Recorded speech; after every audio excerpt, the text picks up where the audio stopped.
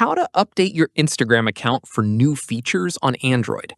This tutorial shows you how to make sure you're running the latest version of Instagram and have access to all the newest features. First, open the Google Play Store on your Android device.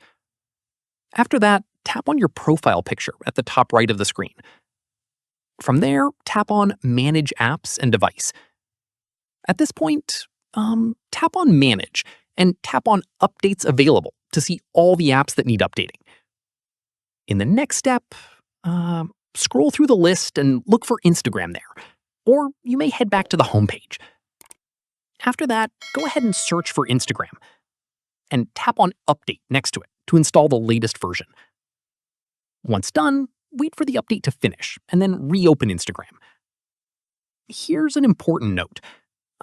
Not all new features roll out to everyone at the same time. Instagram releases features gradually, so even on the latest version, some features may take a little longer to appear on your account. And that's it. If this guide helped you update Instagram for new features, give it a like, subscribe for more Android tutorials, and tap the bell icon for updates. See you in the next one.